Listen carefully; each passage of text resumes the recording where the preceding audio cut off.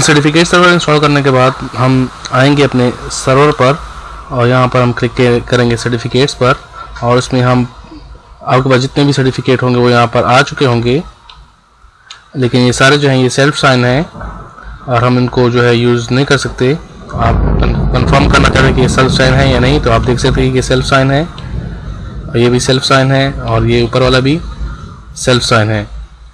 हमें एक चाहिए, हाँ, क्योंकि हमने रिक्वेस्ट करनी है अपने सीए को, सर्टिफिकेट अथॉरिटी को, कि हमें एक सर्टिफिकेट चाहिए, और उस सूरत में हमारा सीए है डोमेन कंट्रोलर, जिस पे हमने अपना सर्टिफिकेट सर्वर इंस्टॉल किया है।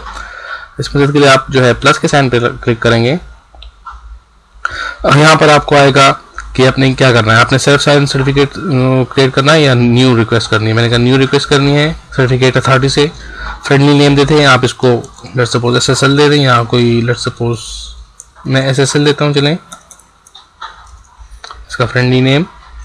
आप इसको एक्सटर्नल या कुछ भी नेम देख सकते हैं, ये सेल्फ।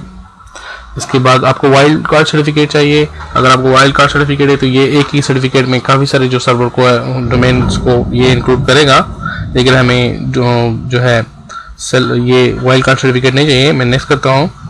यहाँ पर आप जो हम अभी रिक्वेस्ट जनरेट करेंगे ये किस सर्वर पर रखना चाहते हैं, मैं इसको जो है अपने किसी एक सर्वर पर रखूँगा। एक फ़ाइल जनरेट होगी, मैं उस फाइल को इस सर्वर पर रखना चाहता हूँ। नेक्स्ट करता हूँ।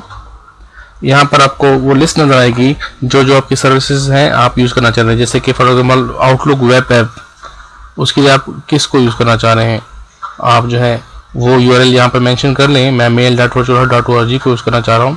इसी तरह जब इंटरनेट से हो तो क्या नाम हो, आप यहाँ पे चेंज कर सकते हैं।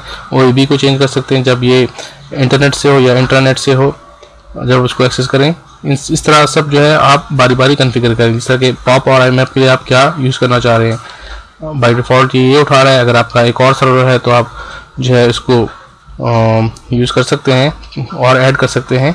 लेकिन आखिर में जो आपको जो चीज़ मिलेगी वो अच्छी तरह आउटलुक एनीवेयर देखें, ये भी इस तरह है। आखिर में जो आपको चीज़ मिलेगी वो आपको इस तरह की एक लिस्ट मिलेगी। ये जो है सिर्फ आपके इन्फॉर्मेशन पर्पज़ के लिए है, ज़रूरी नहीं कि आप सब इसको कॉन्फ़िगर करें और आप मैच करें, लेकिन आपको याद रखना चाहिए कि कौन सी चीज़ मैंने किस तरह रखी थी यहाँ पर, ताकि फ्यूचर में आप उसको इस तरह यूज़ कर सकें। जैसे कि फॉर एग्जांपल मेरे पास एक और क्लाइंट एक्सेस सर्वर है, तो डेफिनेटली आपको पता है कि हम सर्टिफिकेट जो है वो क्लाइंट एक्सेस सर्वर के लिए ही यूज़ करते हैं, ना कि मेल बॉक्स सर्वर के लिए। मेल बॉक्स के लिए जो हमें ज़रूरत नहीं है सर्टिफिकेट की। जैसे मैंने EXH1 मेरे पास एक सर्वर है, सपोज मैं एक और ऐड करना चाहता हूँ तो आप इस तरह ऐड कर सकते हैं। देखिए आपके पास ऐड हो गया। इस तरह अगर आप फुल नेम करना चाहते हैं, लेट्स सपोज exh1.virtualhut.org, तो आप कर सकते हैं। इस तरह exh2, मैं एक एग्जांपल देता हूँ आपको, जैसे कि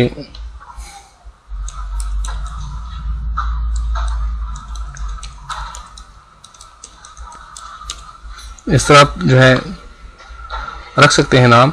लेकिन मसला ये है कि मतलब आप जो सर्टिफिकेट परचेज करेंगे उसमें आपने कितने नेम जो है कितने नेम का सर्टिफिकेट आप परचेज कर रहे हैं, तो उसके बेस के ऊपर आपने इतने ही नाम यहाँ पर रखने होंगे। और आपको domain name, auto discover, minimum 3 record जो है 5 रिकॉर्ड जो है आप क्रिएट कर लें तो आपका एक्सचेंज सर्वर तकरीबन काम करना शुरू कर देगा। अगर आपके पास 2 क्लाइंट एक्सेस सर्वर हैं, एक mail.virtualhut.org, दूसरा ऑटो डिस्कवर और तीसरा जो है आपका डोमेन नेम। और इसके अलावा जो आपको लेट्स सपोज EXH1 है और EXH2, तो अगर कुल मिला के आप देखें तो ये 5 बनेंगे। इस तरह अगर इसको आप हटाना चाहते हैं तो हटा सकते हैं, ऐड करना चाहते हैं, रिमूव करना चाहते हैं, सब कुछ इस तरह कर सकते हैं। आपने जो अपना कॉमन नेम रखना है, कॉमन नेम उस पर आप क्लिक कीजिए और इस गुड का साइन दबाइए। जैसे मैं सपोज कॉमन नेम ये रखना चाहता हूँ तो मैं इस पर गुड पर क्लिक करता हूँ। अगर मैं कॉमन नेम ये रखना चाहता हूँ तो मैं इस साइन पर क्लिक करता हूँ। नेक्स्ट करता हूँ। ऑर्गेनाइजेशन नेम आप देख सकते हैं, लेट्स सपोज वर्चुअल हट। इस तरह डिपार्टमेंट जो है, लेट्स सपोज आपका जो डिपार्टमेंट है जो परचेज कर रहा है, इसको कंट्री लिखते हैं लेट्स सपोज,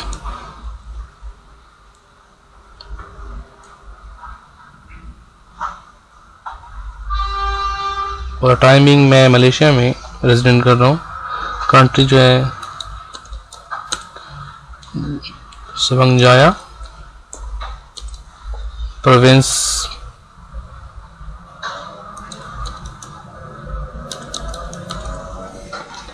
और नेक्स्ट करता हूँ। अच्छा, जहाँ पे आपने सेव करना है उस सर्वर का नाम, लेट्स सपोज सी के रूट में, और फाइल का नाम लेट्स सपोज मैं करता हूँ डॉट,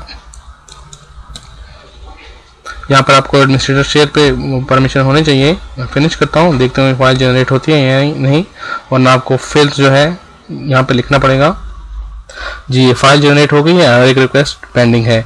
तो मैं अपने एक्सचेंज सर्वर को पर आता हूँ और मेरा एक्सचेंज सर्वर है, इसकी जो है रूट में जाता हूँ, सी के रूट में। तो यहाँ पर एक फाइल जो है वो पड़ी होनी चाहिए,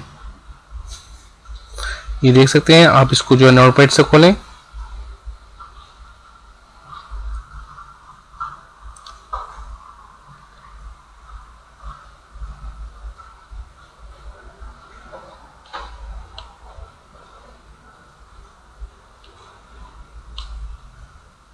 ओके करें, तो ये सर्टिफिकेट जो रिक्वेस्ट है ये आपके पास आ गई। तो इस तरह हम अपने एक्सचेंज सर्वर पर सर्टिफिकेट की रिक्वेस्ट को जनरेट करते हैं। ये सर्टिफिकेट की रिक्वेस्ट हम अपने सीए के पास लेके जाएंगे, सर्टिफिकेट अथॉरिटी के पास लेके जाएंगे और फिर उससे एक सर्टिफिकेट जो है अक्वायर करेंगे, लेंगे।